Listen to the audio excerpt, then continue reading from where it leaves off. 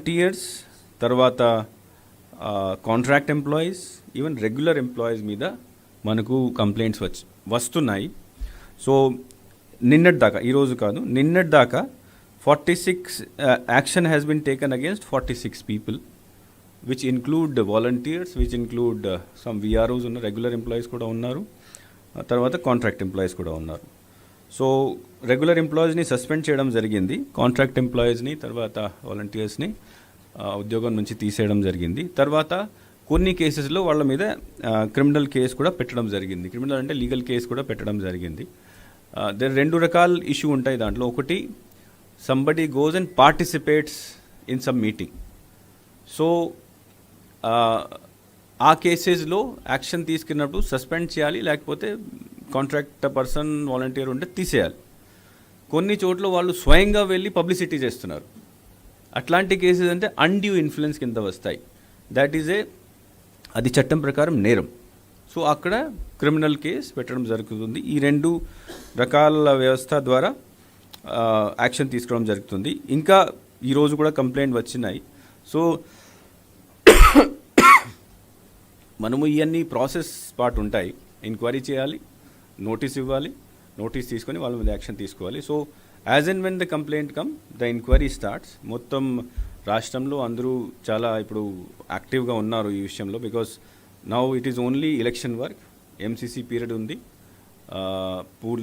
పూర్తి అధికారాలు ఉన్నాయి. కాబట్టి ఒక ప్రాపర్ ప్రొసీజర్ ఫాలో చేసేసి ఎక్కడైనా మనకు కంప్లైంట్ వస్తే, ఎవరి మీద వస్తే ఎంక్వైరీ చేసేసి యాక్షన్ తీసుకోవాలి. So this is basically MCC మీద. తర్వాత మనం ఏం యాక్షన్ తీసుకున్నాం దీనికి సంబంధించి ఇన్ఫర్మేషన్. అంటే ఇప్పుడు మనం we are collecting the information, we will inform you. But total number of persons ఎవరి మీద ఈరోజు దాకా యాక్షన్ తీసుకుంది 46. మళ్ళీ ఈరోజు కూడా కొన్ని ఎంక్వైరీ నడుస్తున్నాయి. It is continuous process. మేము will keep on giving you information daily basis మీద ఇస్తాం. దాంట్లో 40 కేసులు వాలంటీర్స్ మీద ఉన్నాయి. క్రిమినల్ కేసెస్కి నేను సెపరేట్గా ఇస్తాం. Because I have information about ప్రస్తుతం ఎంతమందిని తీసేశారు. క్రిమినల్ కేసెస్ ఏ కేసు మీద, కొన్నింటి మీద ఉన్నాయి, కొన్నింటి మీద లేవు. As I said, criminal case అంటే వాళ్ళు స్వయంగా వెళ్ళి పబ్లిసిటీ చేస్తే that comes under criminal case. But if is only, for example, కొన్ని చోట్ల వెళ్ళి మీటింగ్లో ఉన్నారు, that is violation of MCC, అప్పుడు తీసేయాలి.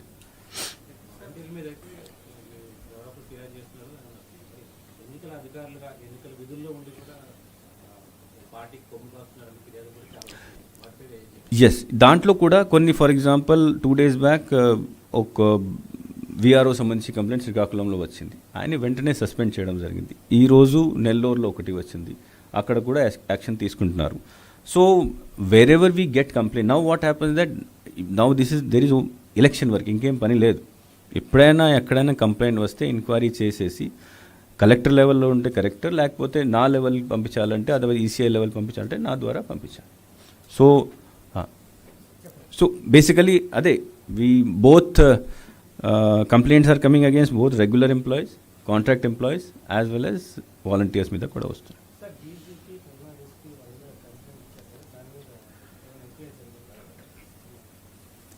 అంటే there is a complaint regarding PM's program on that day. PM program అంతా హోమ్ మినిస్టర్ పరిధిలో వస్తాయి, ఎస్పీజీ పరిధిలో ఉంటుంది. ఆ ఇష్యూ ఆల్రెడీ హోమ్ మినిస్ట్రీ తర్వాత ఎస్పీజీ పరిధిలో వెళ్ళిపోయింది. సో నేను దీనిపైన ఏం కమెంట్ చేయలేను. But that is already under the consideration of home ministry. No, I cannot tell all those things because నాకు ఇవన్నీ ఇన్ఫర్మేషన్ రావు. కానీ ఈ ఇష్యూ సీఈఓకి సంబంధం కాదు. ఈ issue basically it is a issue of security and other things. కాబట్టి concern authority will take action. So నేను కూడా I'll send it to, because I have sent it to the government to take appropriate action in this.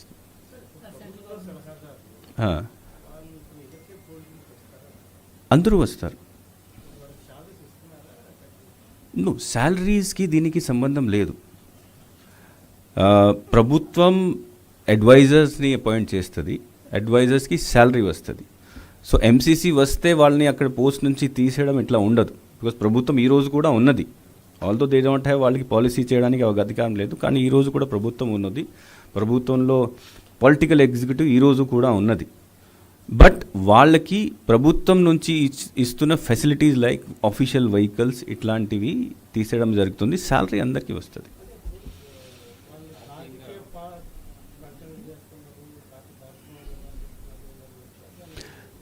No, political ఎగ్జిక్యూటివ్లో మంత్రులు ఉంటారు, ఎమ్మెల్యేలు ఉంటారు, advisers ఉంటారు, వాళ్ళ సంబంధించి పొలిటికల్ పార్టీ వాళ్ళు ఉంటారు.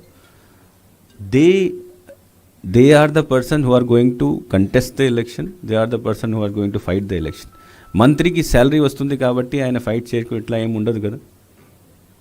సో కాబట్టి there is no restriction on political executive participating in political activity. Only bureaucracy మీద ఉంటుంది.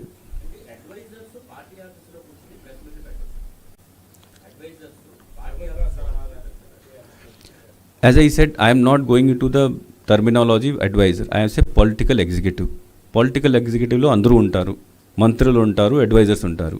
ఆ పొలిటికల్ ఎగ్జిక్యూటివ్ వాళ్ళు పొలిటికల్ పబ్లిసిటీ చేసుకోవచ్చు.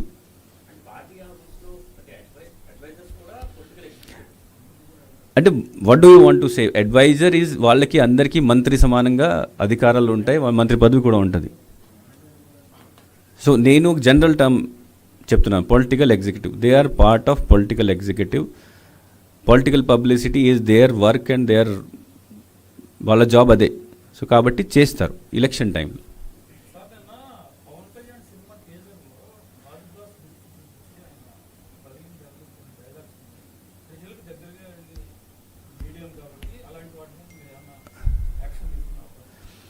అంటే if any, I have not seen it, కాబట్టి నేను దీనిపైన కమెంట్ చేయలేను. కానీ ఆ గ్లాస్ చూపించుకొని దీని ద్వారా పబ్లిసిటీ చేస్తే పొలిటికల్ అడ్వర్టైజ్మెంట్ కింద వస్తుంది. పొలిటికల్ అడ్వర్టైజ్మెంట్ చేసుకోవచ్చు, దర్ ఇస్ నో బ్యాన్ ఏం లేదు. కానీ పొలిటికల్ అడ్వర్టైజ్మెంట్ చేయాలంటే ముందు పర్మిషన్ తీసుకోవాలి. సో ఐఎమ్ నాట్ అవేర్, అది నేను చూడలేదు. చూసిన తర్వాత if it is a political advertisement, అప్పుడు we will issue them a notice to apply for pre-certification of that. No, అది నేను because I have not seen it, so నేను కమెంట్ చేయలేను దీని మీద. బట్ ఎనీథింగ్ విచ్ పొలిటికల్గా ఎక్కడైనా ఏమైనా అపీల్ ఉంటే that will be considered as political advertisement. In what form he has done it, ఇది చూసిన తర్వాతనే తెలుస్తుంది. అది సంబడి ఎవరైనా కంప్లైంట్ చేసి మాకు చూపించాలి, లేకపోతే మనం వెళ్ళి ఇప్పుడు మీరు చెప్పారు కాబట్టి మేము చూస్తాం అది. బట్ చూసిన తర్వాత అది ఏ రకాలు ఉంది, దాంట్లో ఏం అపీల్ చేశారు, ఏం చేస్తున్నారు. బికాజ్ వాట్ హ్యాపన్స్ దట్ ఇది ఉంది, this is also a political symbol. ఇది కూడా ఉండొచ్చు, ఫ్యాన్ కూడా ఉండొచ్చు, సైకిల్ కూడా అన్నీ ఉంటాయి, మనం వాడతాం, రోజు వాడతాం. But that does not mean publicity కదా.